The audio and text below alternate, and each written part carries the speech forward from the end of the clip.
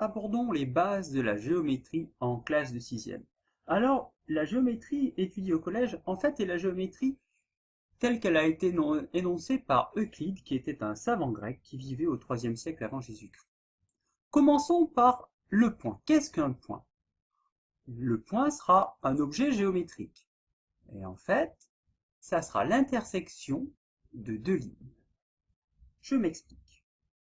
Voici un point. En fait, ce n'est ni plus ni moins que le centre de ma croix ici. Là, voilà mon point. Mon point, je vais souvent lui donner un nom. Allez, je vais lui donner...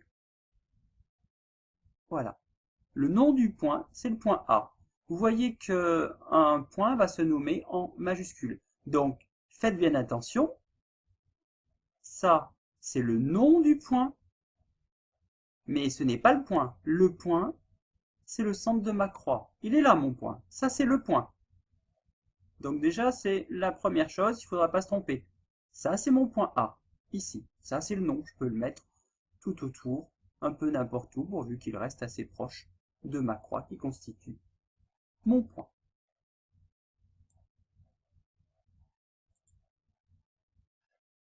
Maintenant, on ne va peut-être pas placer qu'un seul point. On va parfois en placer deux. On dira que des points sont distincts s'ils n'occupent pas le même emplacement. Prenons ici, allez, un point que je vais appeler le point A, et ici, ailleurs en fait, un autre point que j'appelle le point B. Les points A et B sont des points qui sont distincts. Il se peut que les points occupent le même emplacement, c'est-à-dire, entre guillemets, qu'ils soient l'un sur l'autre. Plaçons un premier point. Allez, le point M. Plaçons un autre point pile au même endroit. Allez, je fais une autre croix juste ici. Le point N. Mes deux points, M et N, sont dits confondus. Donc, des points distincts, ils sont différents. Des points sont confondus s'ils occupent le même emplacement.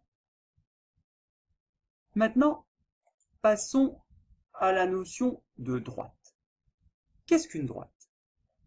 Une droite est en fait un trait infini que l'on trace avec une règle.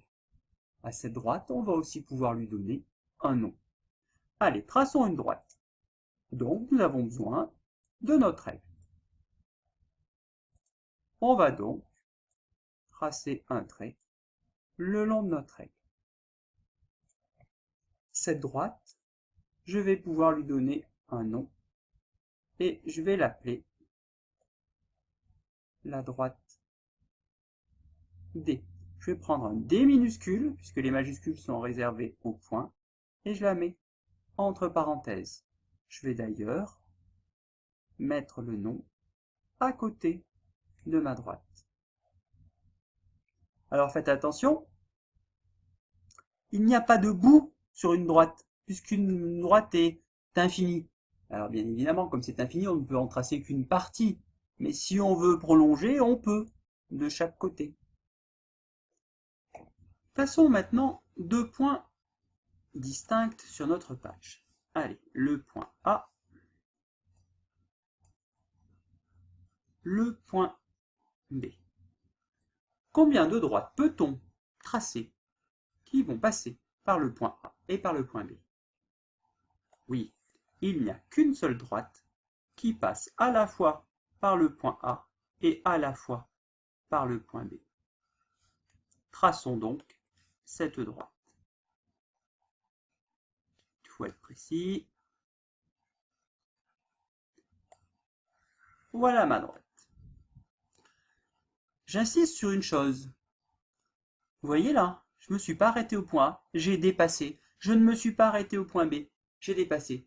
Si vous vous arrêtez en A ou en B, c'est un autre objet qu'une droite. Donc n'oubliez pas qu'il vous faut prolonger. Une droite est infinie, il n'y a aucune raison de s'arrêter au point A ou au point B.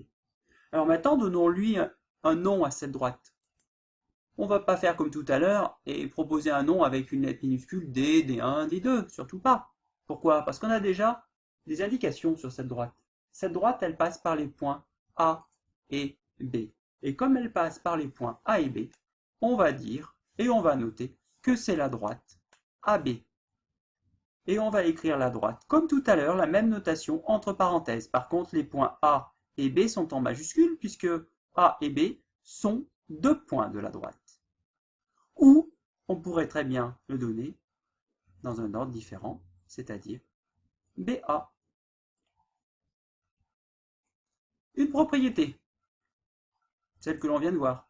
Par deux points distincts passe une droite et une seule. On ne peut pas tracer une autre droite qui passera à la fois par A et à la fois par B. Et enfin la remarque, c'est ce que je vous ai dit tout à l'heure, une droite étant infinie, on peut prolonger son tracé des deux côtés si cela est nécessaire.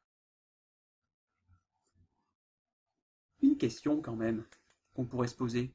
Et si nous avons un seul point, allez, le point ici, que je vais appeler le point M, combien de droites peut-on tracer passant par ce point M?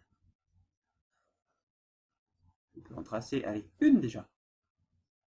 On peut en tracer d'autres qui passent aussi par ce point M et qui ne soient pas la même que celle que je viens de tracer? Eh bien oui, vous voyez bien, il suffit de tourner sa règle. Allez, j'en ai tracé une autre. Je pourrais très bien en tracer une troisième. Et en fait, vous voyez bien qu'il y a une infinité de droites qui passent par un seul point.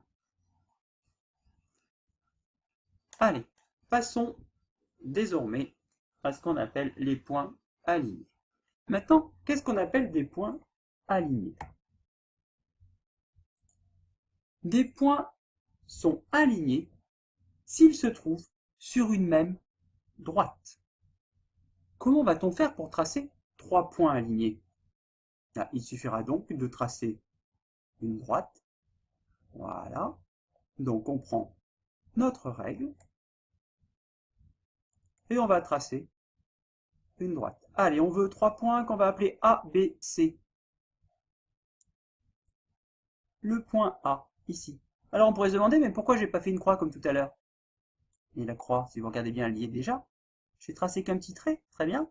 Et regardez, avec ma droite ici, j'ai bien ma petite croix. Donc voilà pourquoi je ne place qu'un tiret. Allez, plaçons trois points, A, B et C sur cette droite. Ces trois points sont donc alignés. Par contre, si je place un point D qui n'est pas ici sur la droite, les points A, D, C, eux, ne sont pas des points alignés. Alors la droite que je viens de tracer là avec les trois points A, B et C, comment pourrait-on la nommer? Attention, ABC, j'ai entendu ABC entre parenthèses, mais non. Pourquoi? Parce qu'il suffit de citer deux points de la droite, c'est pas la peine d'en citer trois. Donc comment est-ce qu'on pourrait l'appeler cette droite? On pourrait l'appeler la droite AB. Oui, pourquoi pas? C'est bien la droite qui passe par A et B. Oui, vous avez raison, c'est aussi la droite AC. Mais il y a encore une autre possibilité, oui, la droite BC. On en a encore d'autres? Oui, on peut, j'allais dire, inverser les lettres. C'est aussi la droite B1. Ou bien ici la droite CA, ou encore la droite CB. Vous voyez ici, on a plein de possibilités pour nommer notre droite. On va donc dire que le point C, qui est ici, appartient à la droite AB. Et pour éviter d'écrire la phrase qui est écrite ici, le point C appartient à la droite AB, en mathématiques, on peut abréger l'écriture et on va abréger en écrivant le point C appartient, c'est un E un petit peu particulier ou encore un symbole de l'euro sur lequel vous n'avez qu'une barre, ça voudra dire appartient à la droite AB. Donc ce symbole est à connaître. De même, le point D, il n'appartient pas à la droite AB. On a aussi une notation mathématique pour abréger cette phrase. La notation est donc le point D n'appartient pas, en fait, son symbole, c'est le symbole appartient que l'on barre, n'appartient pas à la droite AB. Donc il vous faut retenir, en effet, ce symbole. le appartient barré qui signifie n'appartient pas. Voici donc les premières bases de la géométrie en classe de 6e. Il nous reste à voir notamment ce qu'on va appeler les demi-droites et les segments dans une prochaine séquence.